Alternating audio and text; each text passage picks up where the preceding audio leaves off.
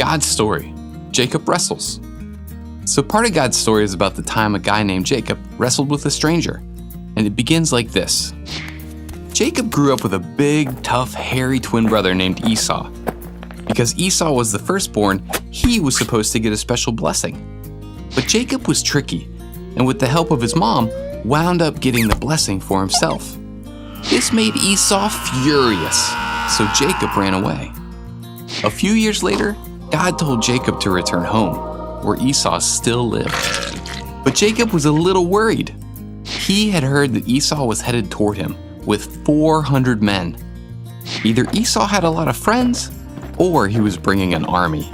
So Jacob sent messengers ahead with gifts. Hopefully, if Esau was still angry with him, the gifts would calm him down.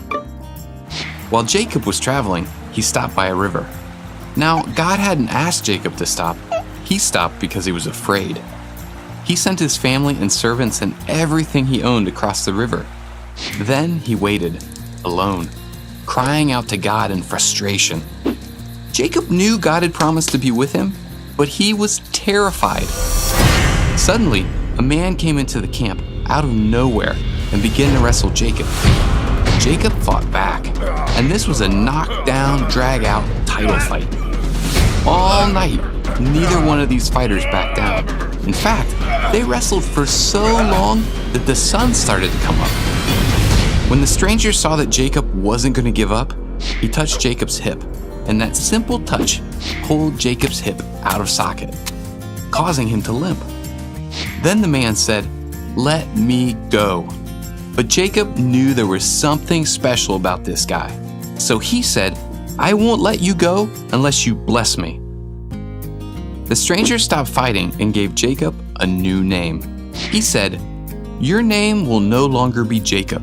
From now on, you will be called Israel because you fought with God and with men and have won." See, the name Israel actually means God fights.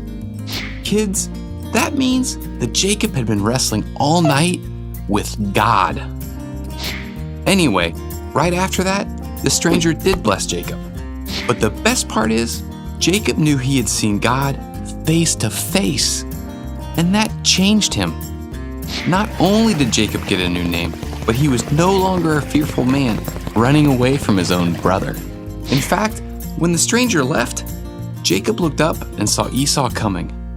This time, he ran to Esau, kissed him, and gave him gifts just because he loved him. Jacob realized that he could obey God no matter how scared he felt. He could trust that God would always keep his promises. And that's the story of Jacob wrestling with God. So, in case you missed it, here's the quick version. God told Jacob to go home. That meant seeing his brother Esau. Jacob made camp near a river alone. He was terrified. A stranger came and wrestled him. They fought until dawn. The stranger touched Jacob's hip. The wrestling match was over. Jacob asked for a blessing.